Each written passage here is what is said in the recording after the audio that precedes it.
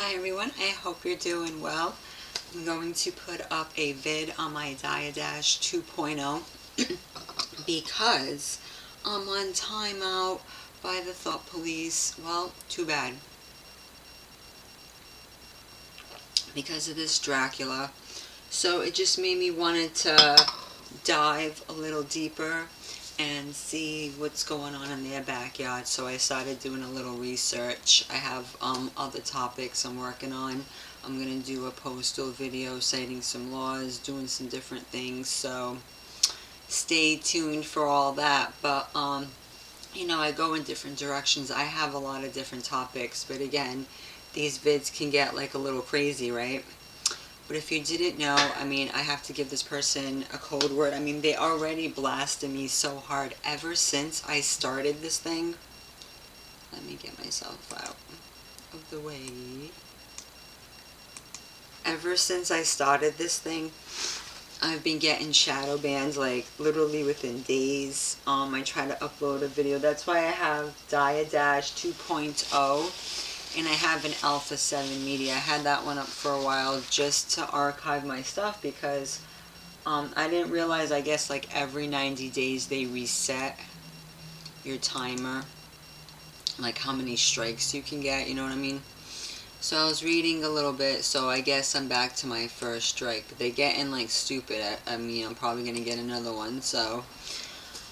You know, let's see what's up, and you can just see how there's special favors and, you know, certain groups get all these protections under the pretense of identity theft, you know. So, like I said, we're like in a layer of Dante's Inferno. It does feel like a realm of hell.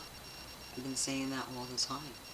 So this, how dare you? It's probably not even their real middle name. Their real name's my first name, guys. Don't you love it? So Susan Diane, right? Rusicki. So the so-called American business exec, because it's funny how they act like they just come out of nowhere and they're friends with other so-called multi-billionaires that just came out of nowhere. You know, they always give you this rags to riches story, right? Meanwhile, the average person can't work enough jobs to keep food on the table. So what makes these people so darn special, right? I like to know, right? Special membership of deception. So you have this person, I'll say a little bit about their background here. They're the current CEO of YouTube. They have been in the tech industry for over 20 years. Rusicki was involved in the founding of Google. Let me make this bigger for you guys. I know it sucks on the phone. I'm sorry if sometimes it's too small. And became Google's first marketing manager in 1999. She later held the company's online advertising business and was put in charge of Google's original video service. After observing the success of YouTube, Rusicki proposed the acquisition of YouTube by Google in 2006 and has served as CEO of YouTube since 2014. Rusicki has an estimated net worth of $815 million. So they were born on 1968 to this Esther character and Edgy, of course.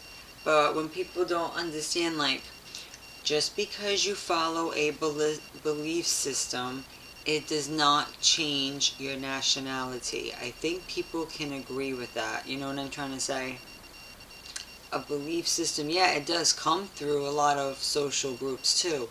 And when they talk about the Jews, they're talking about one line of the line of the Ashkenazi, who go into different books, and they're not the original people of the Bible, but they claim all like the stories and the oppression and all that like verbatim. And so people need to really focus on, you know, and you really, you know, shed too much light, but they shouldn't be a protected class. because that's why people should know about history, because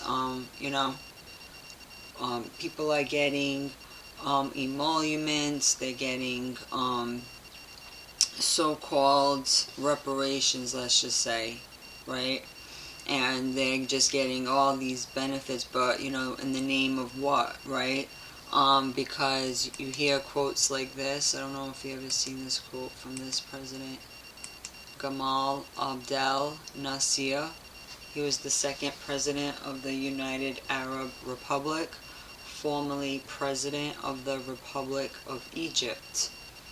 The Europeans claiming to be Jews are nothing more than Hebrew-speaking Gentiles.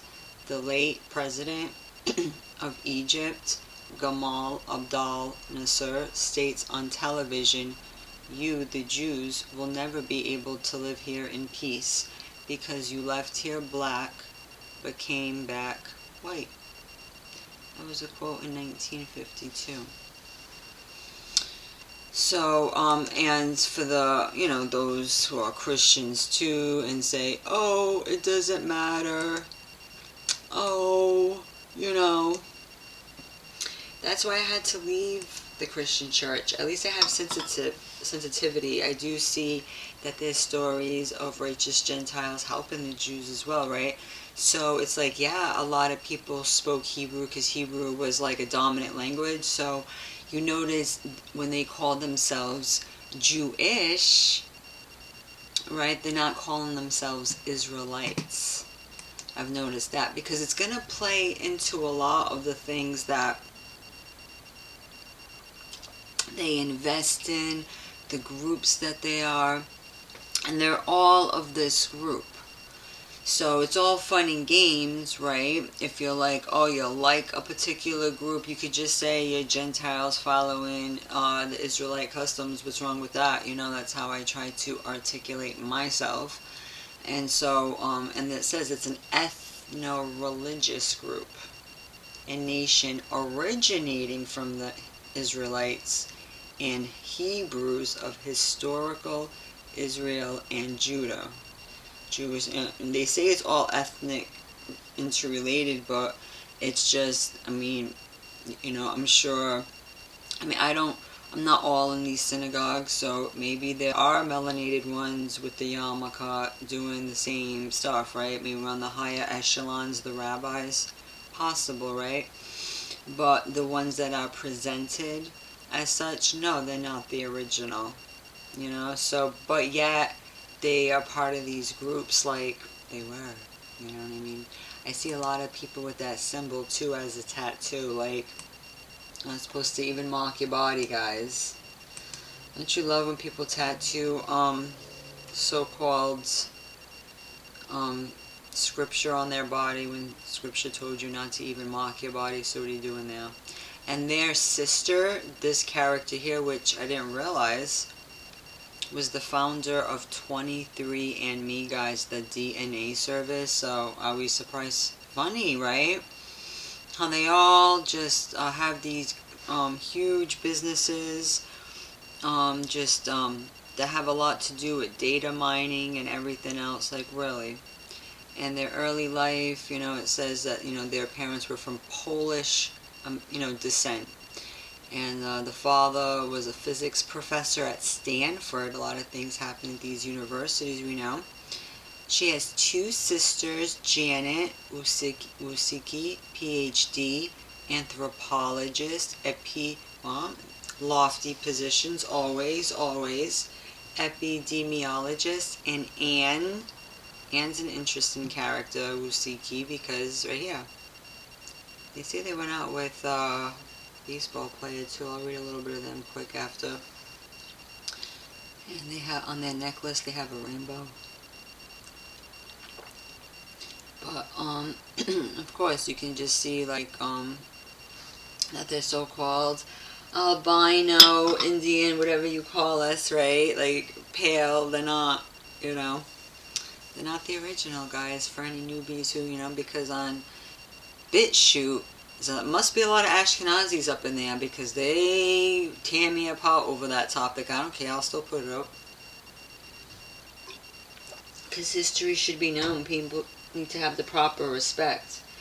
People fled their homelands or had been deported or whatever to come here. We should have had a level of understanding of the Israelite customs and stuff, right? And the Ten Commandments and all that. Like, that was part of the Constitution. That was supposed to be part of the agreement. And to flee forced conversion of Christianity. But yet, it's all over the place, right? Here's your Christmas.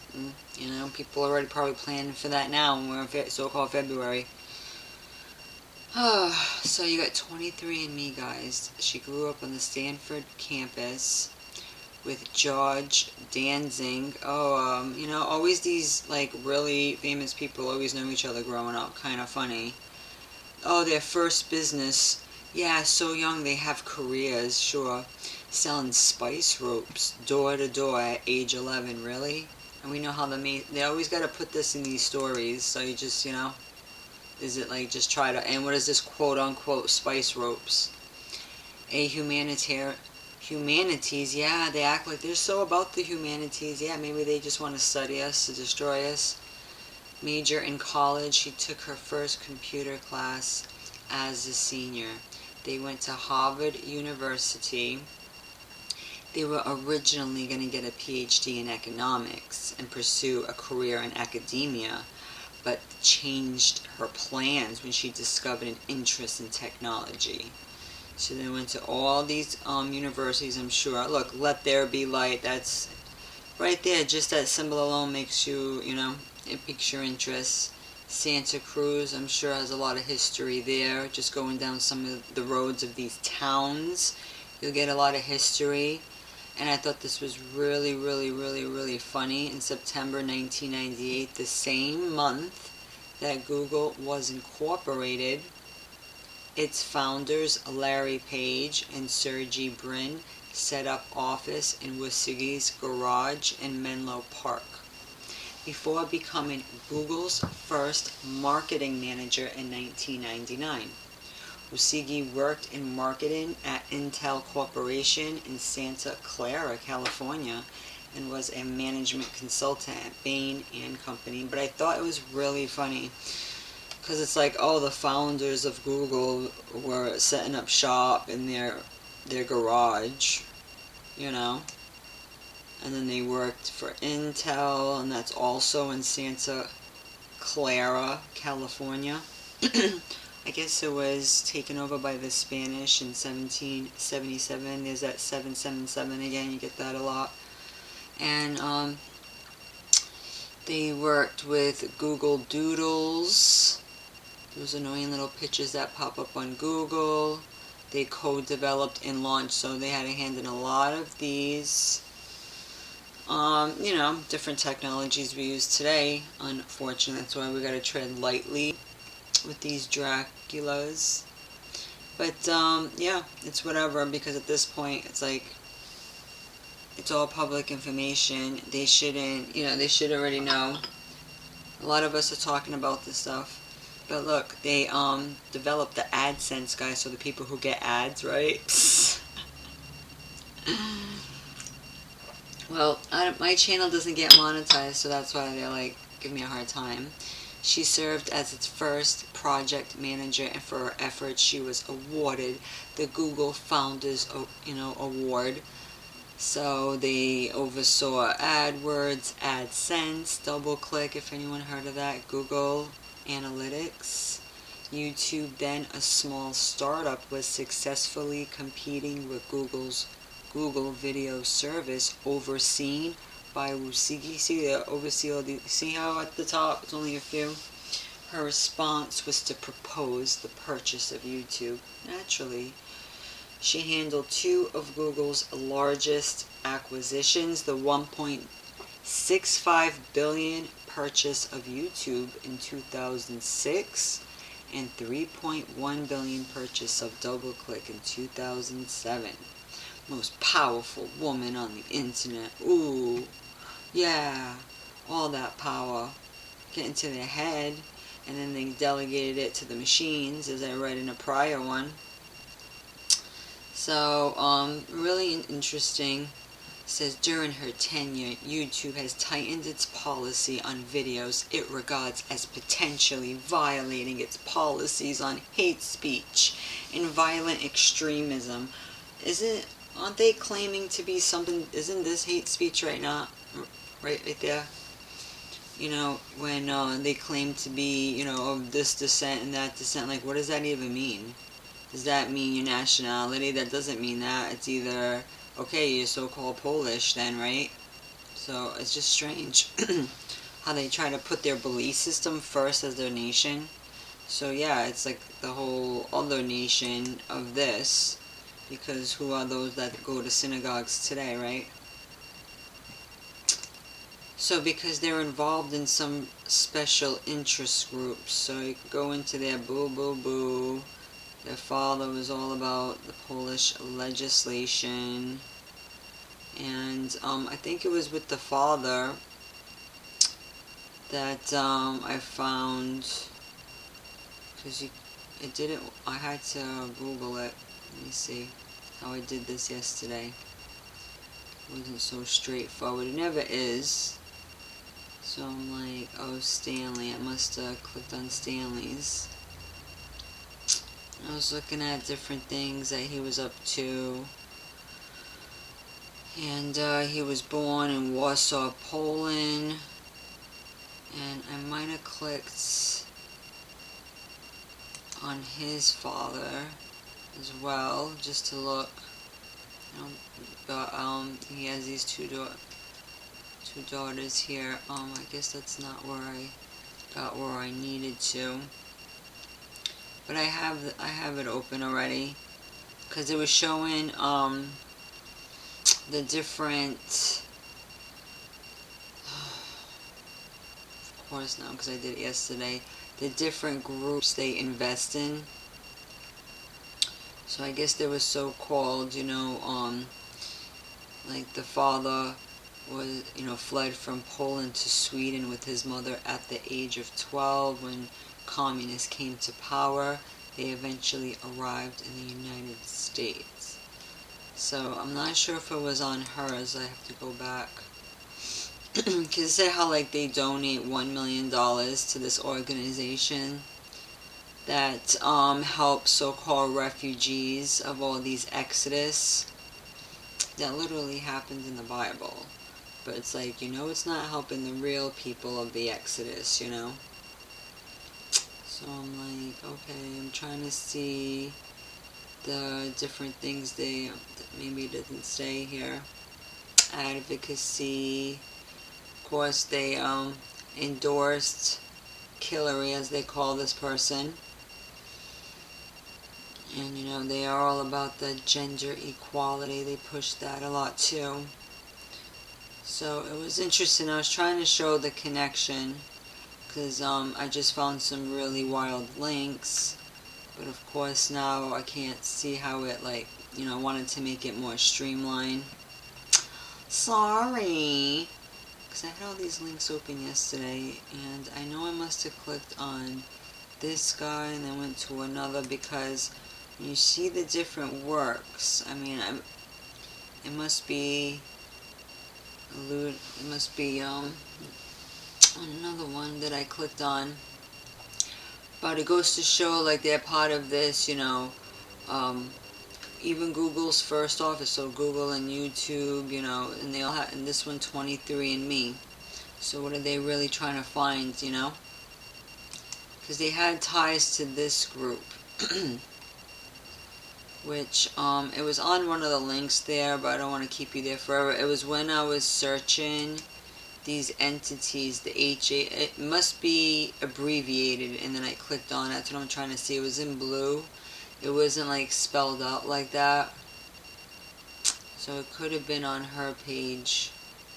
And I could go back just to show you, because it said, oh, they donated $1 million. And it was on one of these, and I hate when that happens, because I like to show, like, hey, it was right here, and you see these names, the different groups, because it says, like, the different boards, but it didn't show, it showed up on one of these. To see how it's just really getting to me, guys. I hate when that happens, sorry. But this Hebrew Immigrant Society, it goes into, maybe it was the sister. There was probably Anne, the one that I said I was gonna go. I probably jumped Anne. Let's see, guys. No worries. No worries. Anne, maybe it was under Anne's, because I did have this one. Because this one had some wild connections too. And it could have been on her page. Because they dated Alex Rodriguez for a while. I thought that was funny. Right? And, right here, because it says they married Google co-founder Sergey Brin.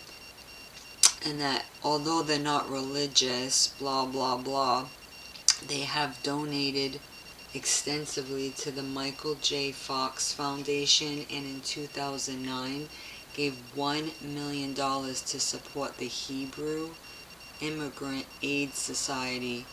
Wusigi and Alex Rodriguez, the former baseball star, broke up in 2016 after dating for nearly a year. And it says her grandmother, Janina Wysocki-Hoskins, was a Polish-American librarian at the Library of Congress who was responsible for building the largest collection of Polish material in the United States. Right? And, this was the co-founder and CEO of 23andMe, a direct-to-consumer DNA testing company which allows for consumers to test for ancestry and health risks. She founded the company in 2006 with Linda Avey and Paul Gusenza with a goal of providing common people access to their genetic information, which could further provide information on cues for diseases or treatments, especially with the help of Glaxo and their $300 million investment. It could provide consumers with enough information to predict potential genetic illnesses for only $99, $199, or $499, $100. Yeah, it's all bullshit, right? And like God knows where that stuff's going. So this person's an interesting character. I was looking at their necklace. Oh, a little rainbow. They're very esoteric, so of course. But kind of strange character, aren't they all? But they're part of the society, so it's a Jewish American non-profit, of course. And it's a 501c3, guys, making big money. Oh, there's a tax ID number, of course. Corporation numbers, duh.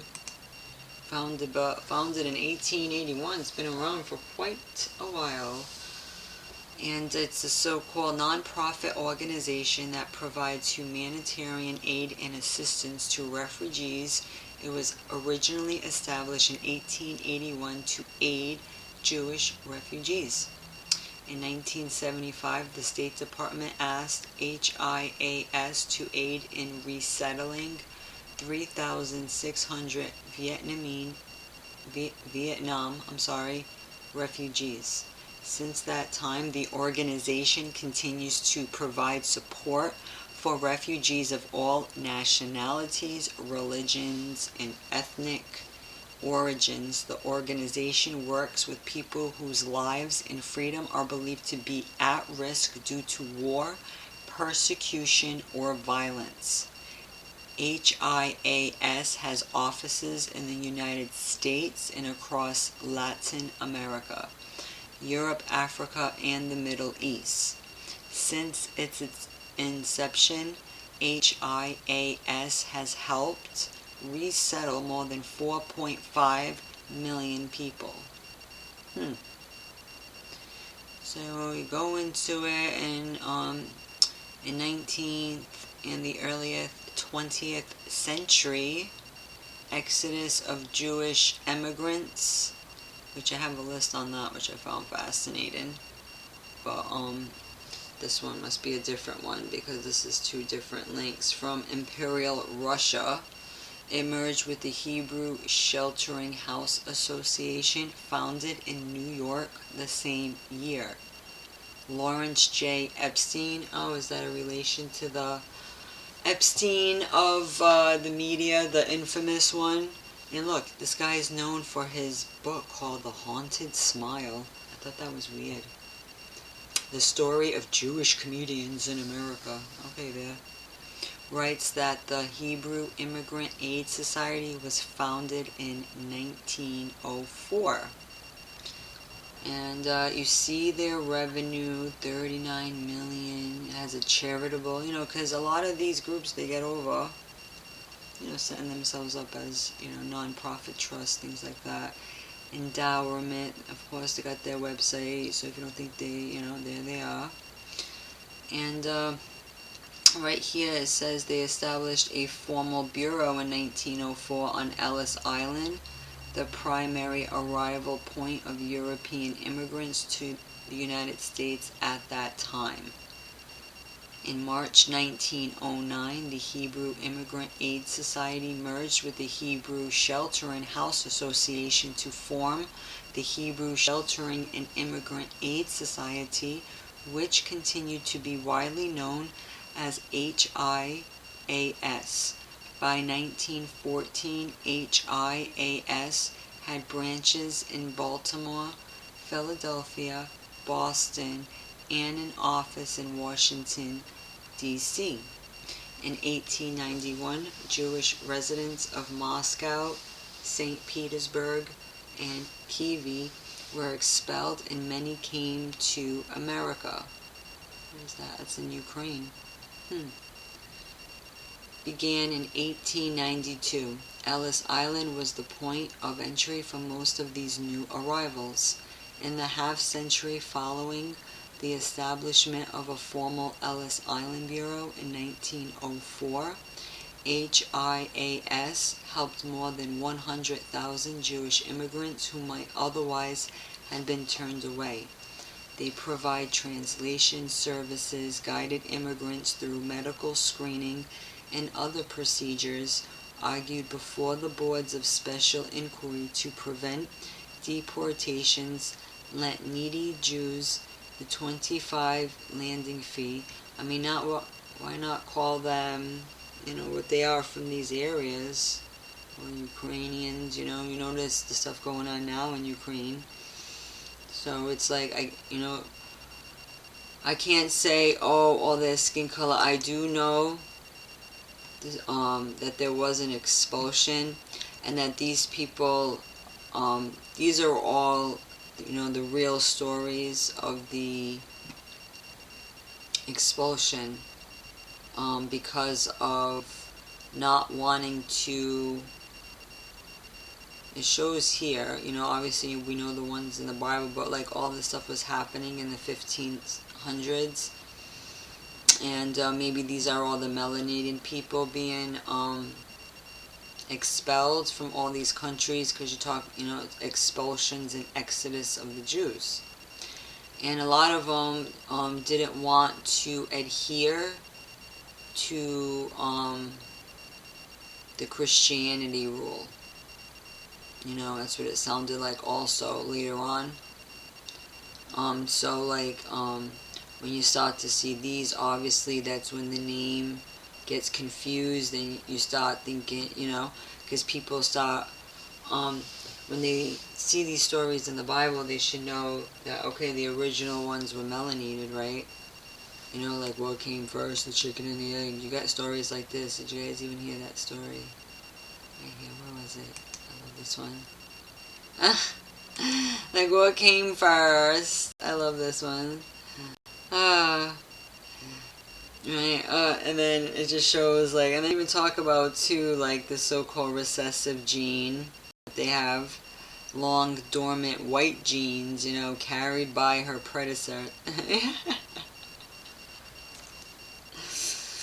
So, you know, a lot of people call, you know, so I can't speak for whatever. Obviously, we all descend, you know, Adam and Eve. People, you know, knowing history is so important. But, I guess there was a forced conversion also, because, there was a lot of forced Christianity. I don't know if I probably lost half of this stuff. But, there's many, you know, did Christianity, spread by the sword? And then I saw this picture here.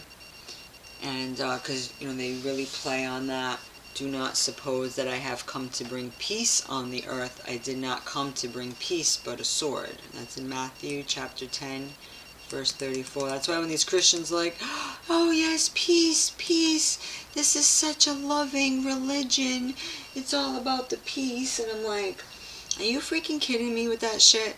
You know how many people got their, you know, probably the next cut, you know, you got this picture with the sword, and it's funny how, like, when you think of the cross, you just think of this part stretched out more. It's almost like a sword, right?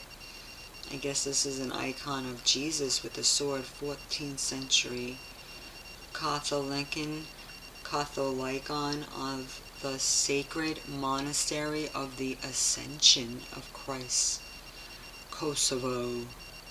So it says, you know, there's been times that, you know, the church and society became more intolerant and more authoritarian like they do now, and we hear about the Inquisition and all that, and so we do know that a lot of people had come to this country for refuge, right? Not to bring the nasty practices. And, you know, they show here that there are there are Gentiles. Just because we learn some of the customs and all that, just because people learn some of the customs doesn't mean doesn't mean, you know, I never claimed that, and I'm really sensitive, and I try to teach, you know, other people of all nationalities, you know. So those who do not want to see the nuances and the sudden differences, like, yeah, maybe a lot of us descended from a lot of mixture too. That could have happened, because you see women in my family now. I mean, you know, I got cousins who married a so-called Jamaican. He probably descended from the British line, right? Really great guy, right? And some of these names are too similar. And you see it with a lot of stories where the women, you know, melanated women, also were mixing in with the so-called albino, and then you'll see the melanated men too. So you see a lot of these stories. I mean, you see my mother today, and she looked like a few generations back, like, you know, so, you know, it could have been any type of woman of color, quote unquote, because she has like really thick hair, like it's, you know, almost like it could have been a fro, and she got very voluptuous. You know, I got more of my dad's features, you know, he got more of that Al Pacino vibe, you know what I mean, with I don't know, a twist of somebody else, right, because he got really intense eyes. So you just see it, and you see like the girls in my family, you know, I am with a fellow so-called Phoenician or Canaanite, because I also read in the Bible too where it says, you know, you're not, you know, I like to fellowship with them, but it says not, you know, that they were supposed to find Israelite women, so I didn't seek them out. Like some people seek out certain types. No, I don't seek out anybody, you know. In the past, did I date some? Sure, you know, but do I know what I don't know now? No. And at the same time, they were good experiences. I didn't have a bad experience with one, but at the same time, the Most High put us in our different directions, you know what I mean? Put you in your different, I wasn't meant to, whatever. He puts things in their place, and that's fine, you know? And I'm at an age now, I'm not trying to have children or anything like that.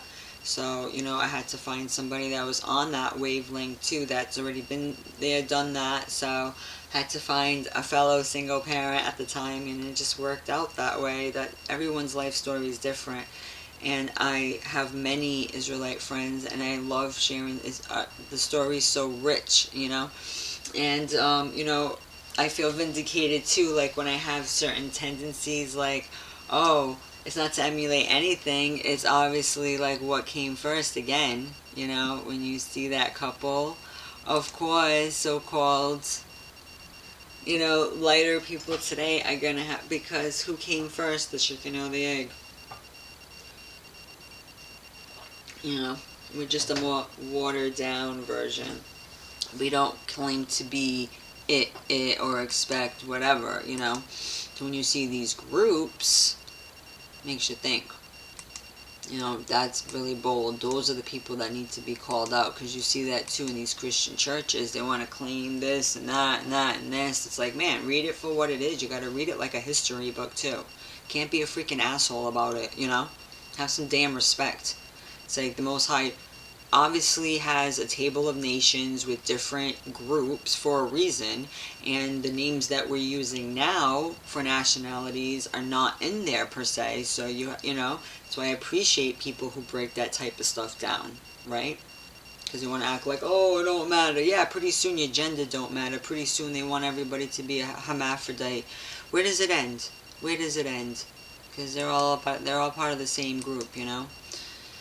So this is a very interesting thing too, because, you know, they dealt with the needs of immigrants from the Balkans and the Near East, you know, so people of all nations, the Gentiles as well, you know, but the thing is, they just call them Jewish immigrants, I suppose, you know. They call everybody who had to follow the Ten Commandments or the Torah. I mean, I don't understand sometimes with these terms.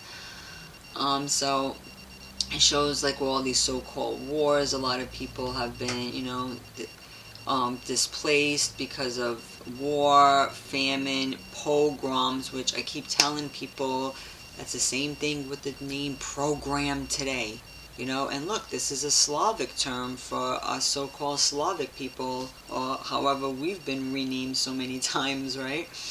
And so there's been a lot of pogroms for those type of people too, and they'll tear you up for your faith in some of these regimes, right? So maybe it was people who wouldn't bow also to the state religion and wanted to cleave to certain beliefs, you know, whatever. But again, you know, some of these terms are so blanketed, and we shouldn't misconstrue the people like, oh, they're just pale and not, you know, because again, this quote really needs to be reiterated with people, you know, that they were once black but came back white and just took over a whole land. And what does the state of Israel do now?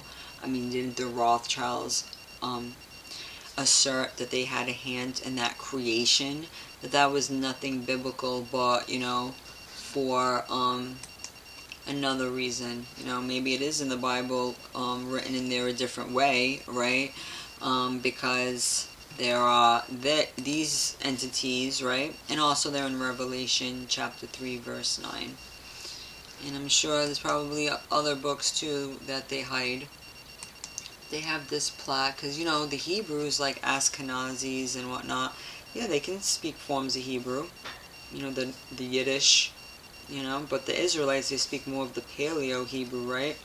Because, like, these people will be like, oh, shalom, things like that, and then you'll hear the Israelites say shalom. That's why I like to say that, you know. When you hear me say things like that, it's because I learned from the Hebrews, which is what the Gentiles were supposed to do. But if you don't know who the real Israelites even are, that could be a freaking problem too. And that's what's happening in a lot of these Christian churches. They don't want nothing to do with the so-called Jews, but yet aren't they controlled by them unknowingly? So you got all these names too, like Strauss, almost like the Levi Strauss Company, Meld, Palm, Mazel, Epstein comes up, Copeland, all these offices, part of the advisory board, Elkis, Wolf, of course, why not? Schwabacher, Rosenblatt, and the headquarters, guys, right there, Lafayette Street. Have a Lafayette Park nearby, it's interesting. Oval address, Highest, almost like Haya, interesting, New York. And New York is like one word, and it's the same thing with the so-called city I'm dealing with too, where it's so-called domicile or whatever. You want to use the town version, and a lot of times if it's two words, you're supposed to put it together for a town.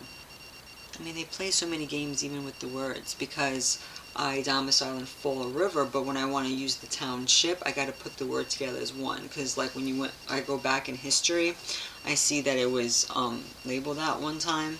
So even that's weird how they put these words. But of course, you talk about, the acts of anti-Semitism throughout the former war zone, Poland, Romania. Interesting, huh? Russia and Hungary, while other Jewish agencies, most notably the American Jewish Joint Distribution Committee, the Joint, that's interesting, supplied Jews in the affected countries with food, clothing, and medical supplies. HIAS created a worldwide network of Jewish organizations to provide assistance in immigration to the U.S., Canada, South America, Australia, and China. The establishment of HICEM, blah, blah, blah. So I'm seeing if anything, so they had a hand in a lot too. I guess even Lisbon comes up. My interest always peaks with the Azores or Portugal because my parents migrated from there. I'm the only one that was born here, first generation. So I do like to research some of the parts there, like what they've been through, because apparently they were living in squalor and they had to come here for a so-called better life because I guess my grandpa died young, and then my grandma had 5 children, 5 girls, and my mom was the oldest of 5. And even at, I think 15 or 16, she was sent away to reside with a wealthy family to be a housekeeper and a nanny, and she said she dealt with a lot of abuse from that, just to bring home some provisions for her sisters, and they would just eat bread and they wouldn't eat real food. It was really, really, really tough, I guess, so yeah, I guess the conditions in a lot of these places, and it just goes to show, these oppressive regimes. And she was raised, I believe, with Catholicism, but converted to Protestantism when she was, I believe, in her 30s or 20s, something like that. And she's all that Jesus, Seventh-day Adventist stuff, but friends with all the prosperity people. I mean, that's how they do. And it just shows a lot of these synagogues, they're led by different rabbis. This one, with these interesting last names, Fewer, Worker. So rabbis, right? Said that he established contact and cooperation with the local underground forces of the French resistance, succeeded in smuggling Jews out of France to Spain and Switzerland. 21 HICEM employees were deported and killed in the concentration camps. Others were killed in direct combat with the Nazis. So you got a lot of displaced persons, they say. Offices, Italy, Eastern European countries, Poland, Hungary, Czechoslovakia, Bulgaria, Romania. You got these red, white, and blue countries. They function also in Shanghai, which is one of the 4 direct municipalities in China, the People's Republic in China.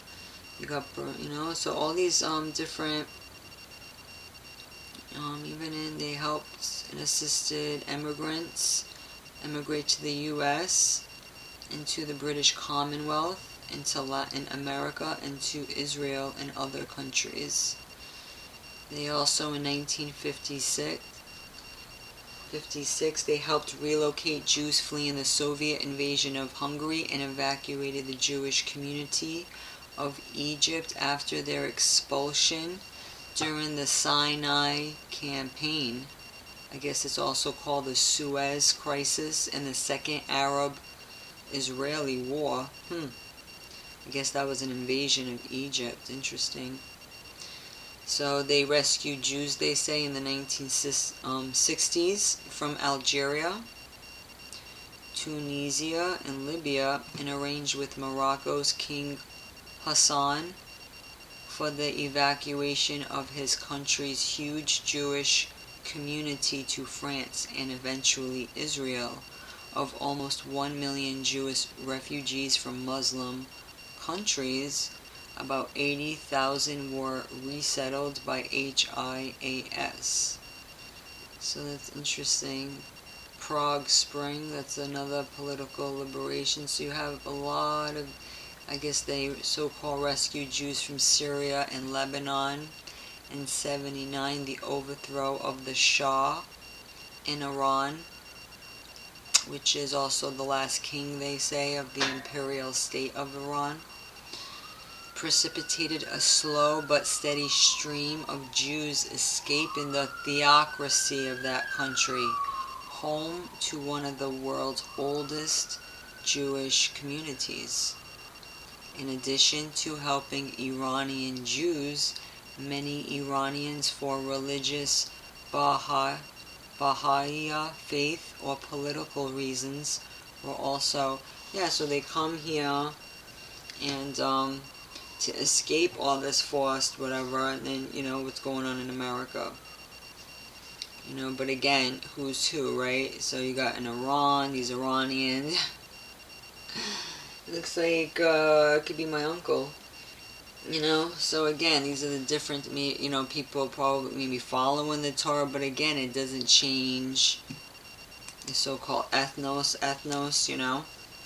So that's why I like to keep it real, at least with that much, because you got people pounding their fists on BitChute, like, oh, this one was white. Just because freaking Noah was albino, don't mean his wife wasn't brown.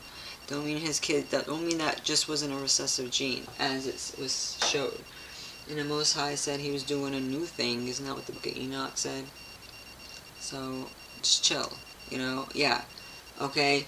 We could have, so, we could be, we strive to be like whatever, but again, to claim that all the stories that happened here, in the beginning, no, that's not correct, because these stories had nothing to do with the so-called white people, right?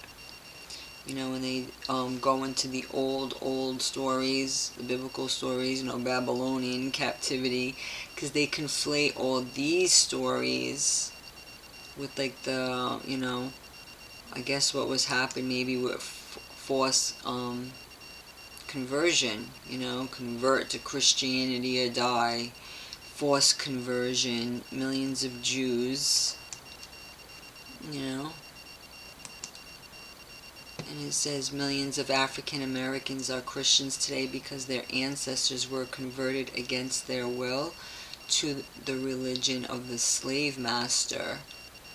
Hundreds of thousands of American Indians are Christians today because the Christian missionaries converted their ancestors against their will.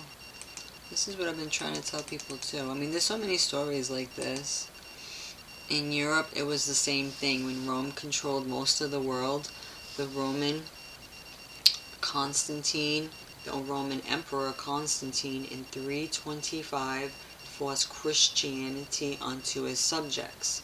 The people of Lithuania did not become Christians because they read the Gospels and decided to accept their teachings. On the contrary, the people of Lithuania were forced into Christianity against their will as a result of relentless military force. From the Crusades by Bernard Hamilton. In 1309, the Teutonic Order moved its headquarters to Marienburg in Prussia. It had a papal license to wage perpetual war against the pagans and use this to launch annual crusades against Lithuania.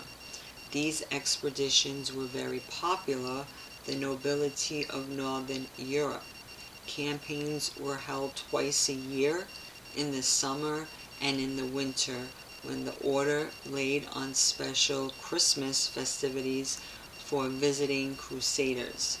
The excuse for men who enjoyed fighting and to lay waste large parts of Lithuania in the name of Christ was removed in 1386 when the king of Lithuania, Ladislas Jadgilio,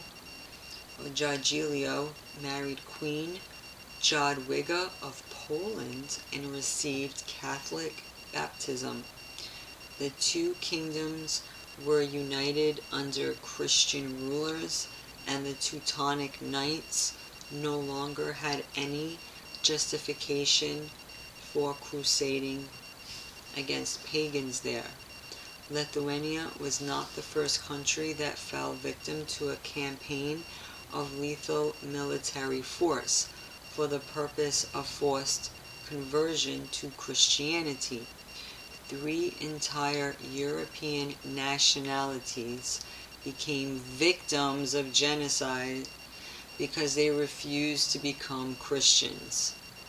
The Vandals, Ostrogoths, and the Heruli. Makes me think of Hercules or something.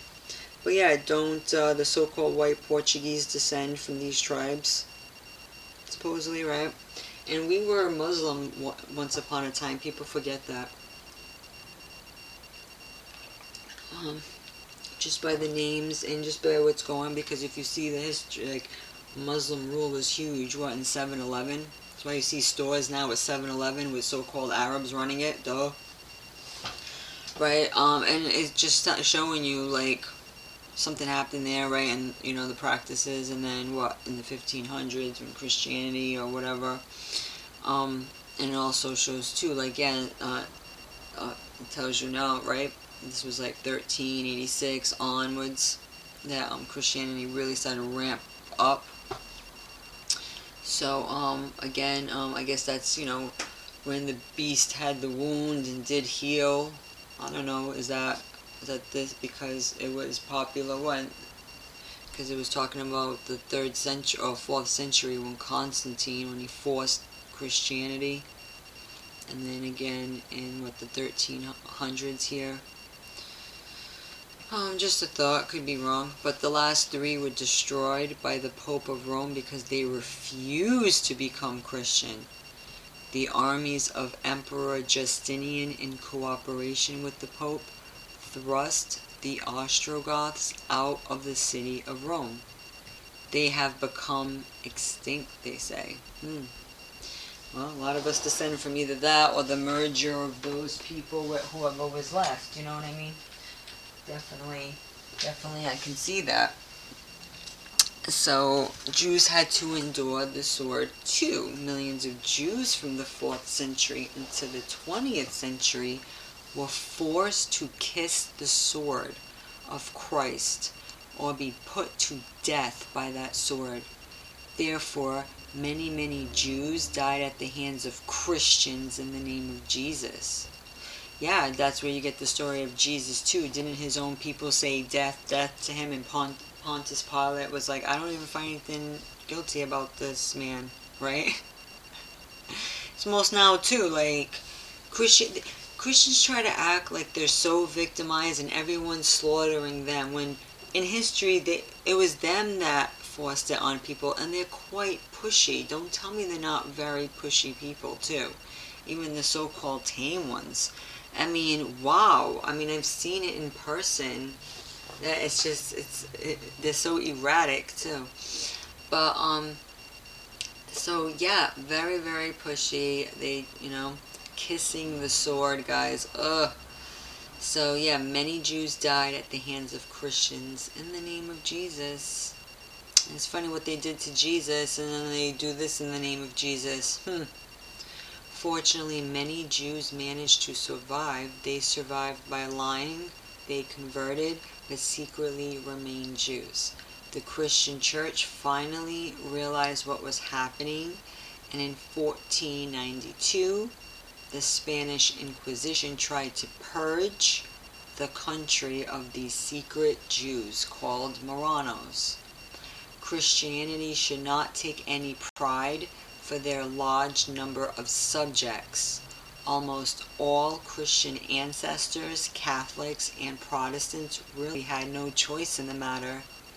They were forced to accept Jesus as their God, invisible friends in the sky. Christianity was a forced religion.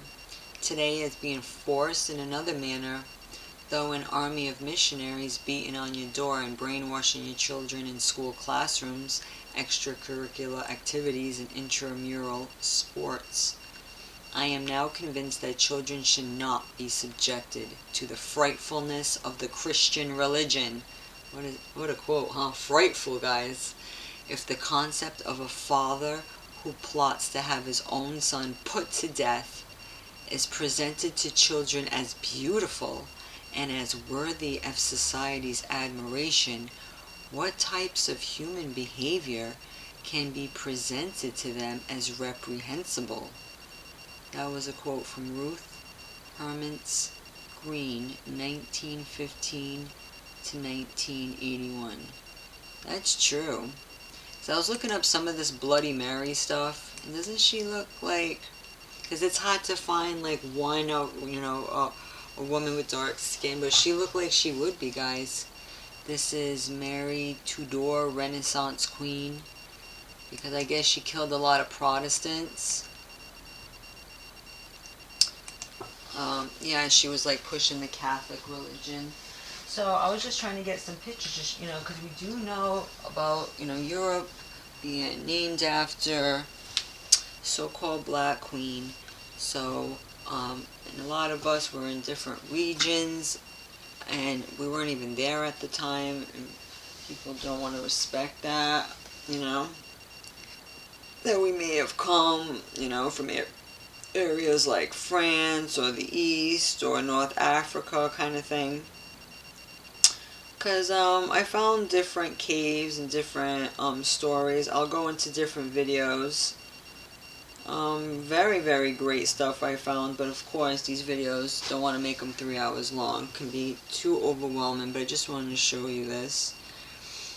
And, because it's like, yes, you got to kiss the sword of Christ or be put to death,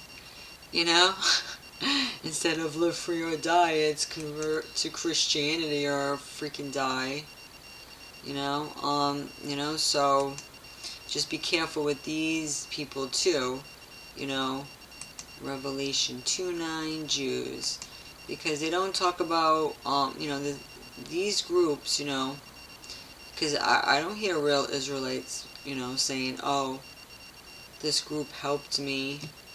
And it says, I guess, in this group here, they call on Jews to help the stranger and to repair the world. Tikkun Olam, ever heard that? It's a concept in Orthodox Judaism as the prospect of overcoming all forms of idolatry. Don't they have their own versions too? Because I know they deal with the Talmud and different Babylonian theologies. But they're a member of the, they have a lot of connections, but they're helping some people, I don't know, do what, I think they just want to be in everybody's business again, tracking everybody, because, they're really into providing trauma counseling and all this, social service. What has freaking social work ever done to anybody, right? Get into your business to take your children. And they're all into that Darfur crisis in Sudan. So that's interesting. They're really tied to, with people displaced by conflicts in Somalia, Ethiopia, Eritrea, Rwanda, Sudan, and the Democratic Republic of the Congo. So they, it's just a very interesting group that I came across. I just, you know, because it's like, just because certain people, they learn Hebrew, they do this, they do that, don't mean they were the original. I guess this is their website. Of course, they're pushing the mass. Take action for Afghan refugees. Just trying to see the crisis in Ukraine. So they help, you know, certain people. But I don't see, you know, Melanie, do I? You know, I guess in Israel we got some characters here. I'm just trying to find some of their pictures, you know. So they do help, you know, people looking for asylum, deportation. So they got pictures with, you know, so, but the people that are working these groups, I know, you know, I don't know if, you'd have to look at the leaders and stuff. I guess that, you know, they are working in unison when you see these pictures. So, just a very interesting, but the thing is, they're really into that state of Israel, right? So, you know, this person had talked about this Monin Harom escaped conflict in Sudan. Yeah, I guess there's a lot going on there. So I guess he got asylum in Israel. But his life as an asylum seeker in Israel has been anything but yeah, I'm sure. It's probably a trap. Yeah, come over here so we can put you in a cage. I wouldn't even trust going over there, that fake state of Israel.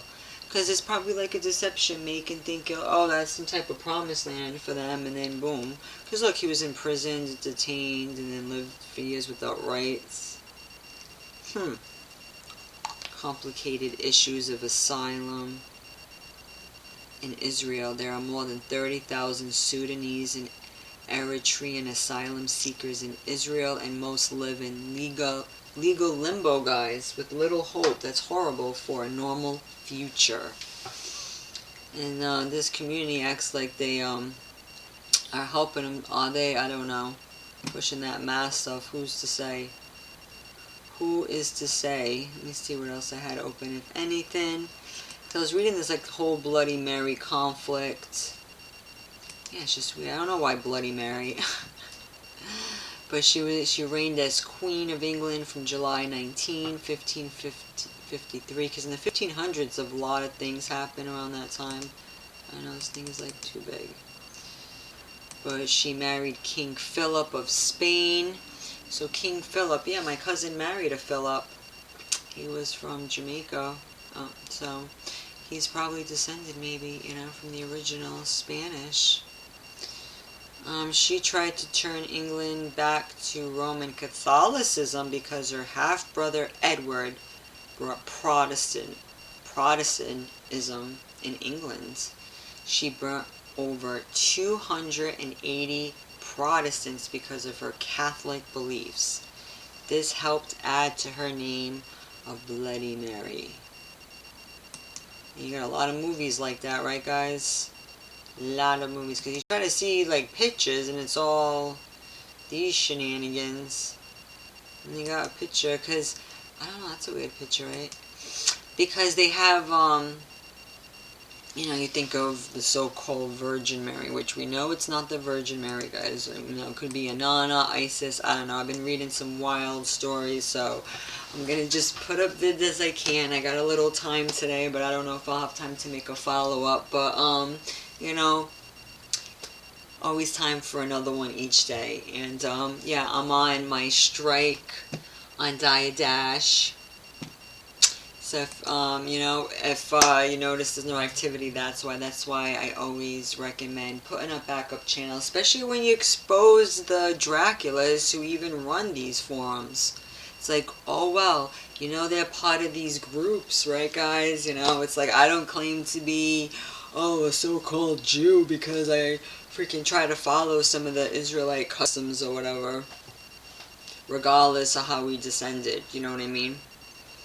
But Bloody Mary just made me think of, you know, a lot of the movies that are out. You think of the Jesus character, but I seen this image here. You see right there. That's how I had it pulled up.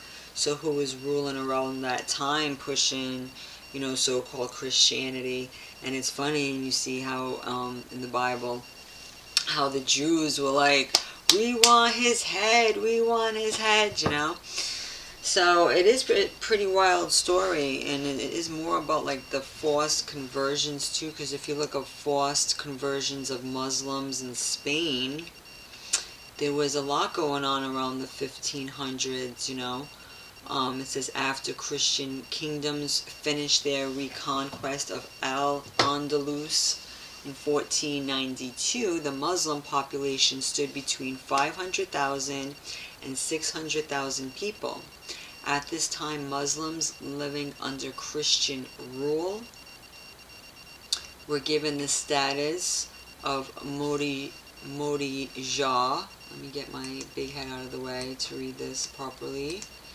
Modi Jah, legally allowing the open practice of Islam.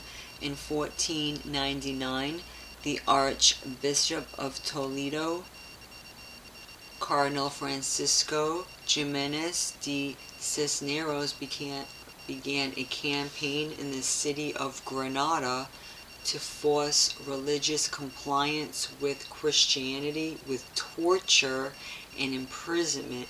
This triggered a Muslim rebellion. So this persecution, it was pursued, man, they were trying to outlaw anything else in the lands of the Spanish monarchy in the early 16th century. So the Crown of Castile, followed by Navarre in 1500s, and the Crown of Aragon. Yep. So that name Ferrero comes up, my ancestral name, and it has those colors too. But also those colors in older, you know, also went back to Algiers. So there's a lot of connections in these regions. So yeah, maybe when these people went and forced, you know, they took the women and stuff like that. You know, there's so much that happened there too. And it says here the Moorish proselytes of Archbishop Ximenes, Granada, 1500, by Edward Long, depicting a mass baptism of Muslims. So sometimes when you get the Moorish or whatever, you see not all brown people, you got like mixed, you got people that, you know, these look like my ancestors over here with their forced conversion.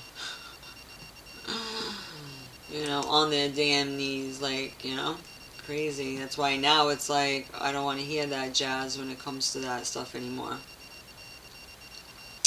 And so, conversion efforts were redoubled, and by 1501, officially no Muslim remained in Granada.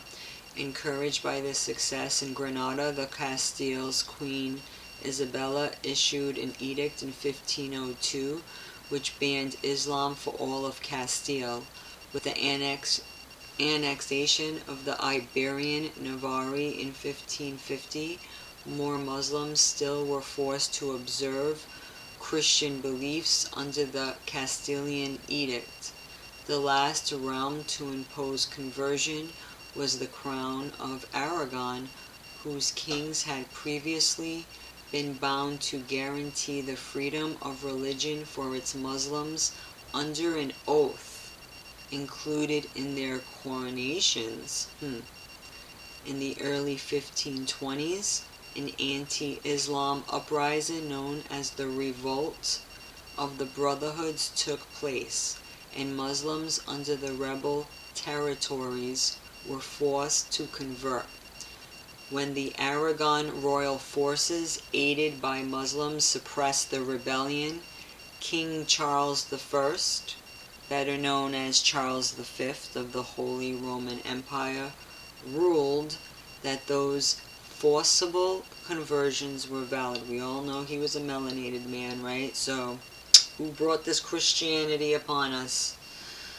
Were valid. Thus, the converts were now officially Christians. This placed the converts under the jurisdiction of the Spanish Inquisition.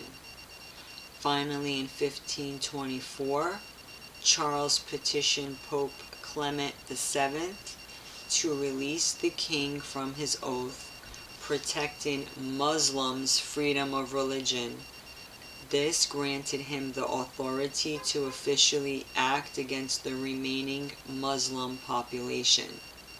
In late 1525, he issued an official edict of conversion.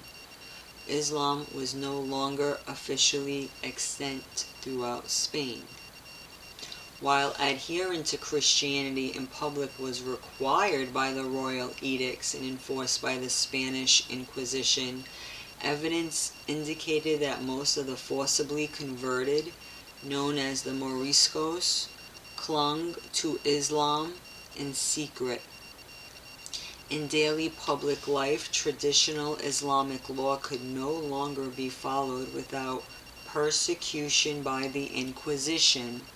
As a result, the Oran Fatwa was issued to acknowledge the necessity of relaxing Sharia as well as detailing the ways in which Muslims were to do so. This fatwa became the basis for the crypto-Islam practiced by the Moriscos until their expulsions in 1609 to 1614. Some Muslims, many near the coast, emigrated in response to the conversion. Yeah, a lot of our ancestors were always on these coastal regions, kind of funny. From the islands to even where I live now, Massachusetts, always end up on the coast somewhere, emigrated in response to the conversion. However, restrictions placed by the authorities on emigration meant leaving Spain was not an option for many. Right? Who knows what happened to them, right guys? We know. Terrible things, I'm sure. Ultimately, the edicts created a society in which devout Muslims who secretly refused conversion coexisted with former Muslims who began genuine practicing Christians up to the expulsion. So the capitulation of Granada, so much happened in that area, right? The last Muslim ruled kingdom in the Iberian Peninsula. So you get the melanated ones here. Wow, we see this guy here, finally a picture. But, you know, is all this correct with these folks? You know, a lot of it, of course. Can't even trust a lot of these images.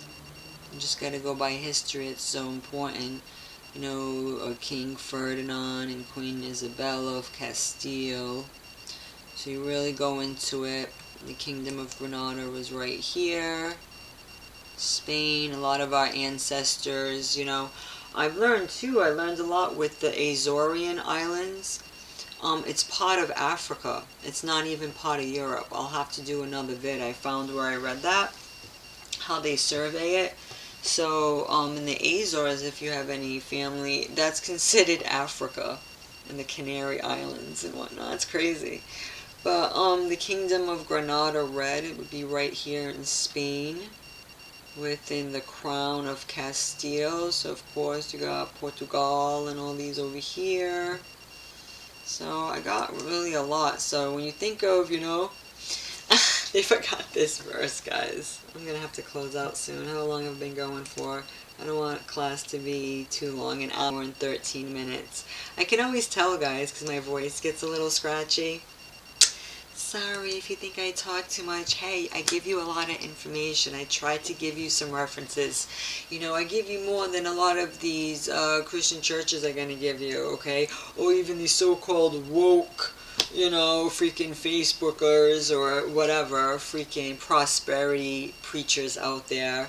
They act like, oh, I'm a Christian, so that means I'm your friend. Like, get the hell out of here. You think they're your friend?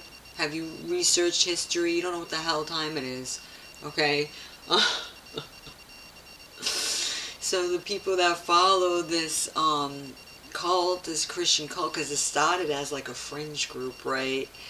taking from the Jews, and again, a lot of there's a lot of mislabeling. We got to know who the original, because it's like, okay, they're white Jesus. What happened to the so-called brown Jesus, right? Who's this guy? And it's becoming a running theme, even in a lot of movies. They even say it in the script in a lot of movies when it has nothing to do with anything, and they walk by a picture. I'm laughing. There was a show I was watching yesterday. They did that. But he came to bring the sword, guys, to force you to kiss his feet. There's many articles. Forced conversions of Muslims in Spain. And that's where it brought me to the Wikipedia link, just right there. And when you see the Moorish, because they say that the Muslims and the Christians were once one group, and then Muhammad made his own fringe society and brought them so he caused a dichotomy there too. And you see a lot of people who migrate here from Lebanon, practice Christianity today. I'm like, what are you guys doing? And even my husband too, he's so-called Lebanese, Canaanite, Phoenician, whatever, right? Albino, right? His whole family, and up until they met me, and of course I was raised up Christian as well. They claim to not be religious, but then his family faithfully does Christmas and all of the pagan Christian so-called holidays. And I'm like, don't you see, in history, it just shows by our practices we are a living testimony of history, and so it's a very fine line, right, with these stories, because you see how a lot of people blend, and a lot of people were cast away also for their non-compliance of these institutions and stuff, So, a lot of people have come here. I guess it was so intolerable where they were living in so-called Europe or, But they do say that the Azores, I'll have to see where I read that. That it's part of Africa. I love this picture, guys. Isn't it so cute? We see that all the time, too. We see that all the time, too. I just love pictures like that. I think it's so cute. I'm going to have to use the Jesus with the sword as my thumbnail. He says, I come not to bring peace. Right? And in the name of Christianity, they go into all these countries, and yet there's wars. It never stops, right? May it be orchestrated or not for the news. It's like, how many wars has so-called the United States been a part of? Like, I don't think they ever stopped declaring war, right? And it's like, how peaceful are you people really? How many Christian churches do we need really?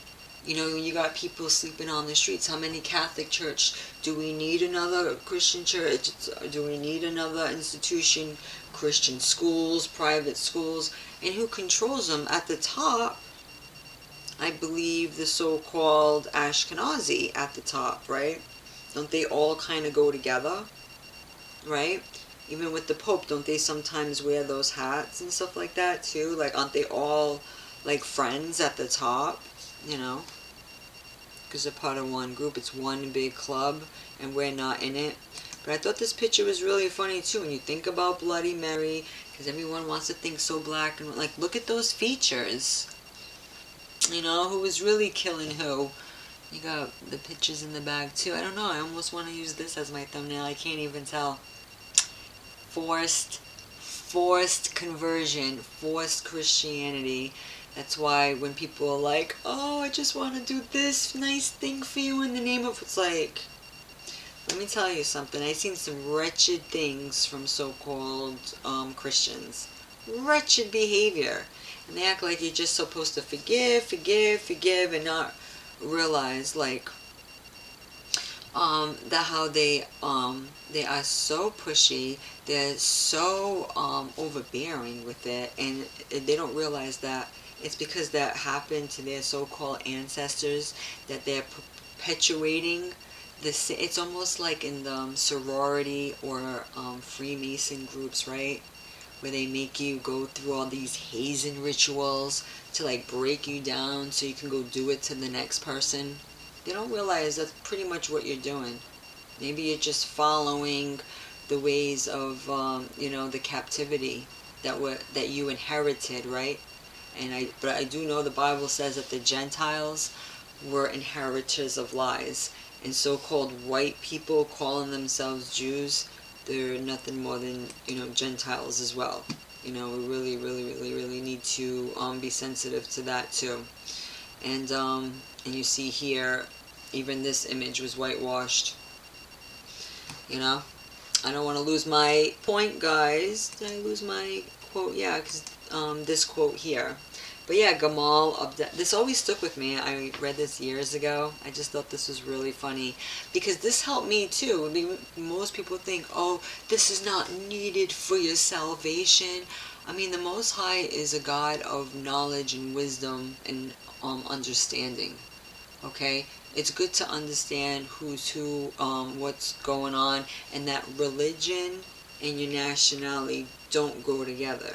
Because there's many groups who've been forcibly converted to many so-called, your belief system doesn't change your skin, right?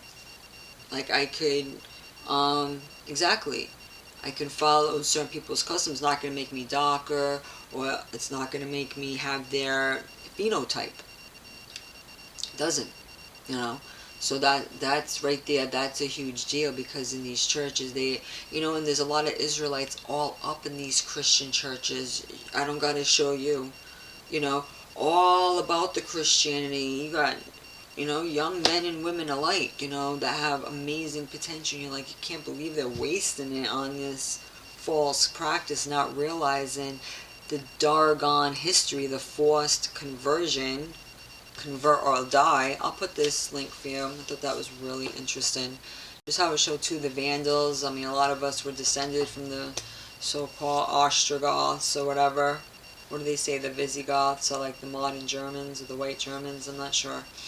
In Huruli, I have other tribal names too that I came across too in a lot of stories that can bring also some more light. So, but this is more about like exposing more about the Christianity, how it was a forced thing.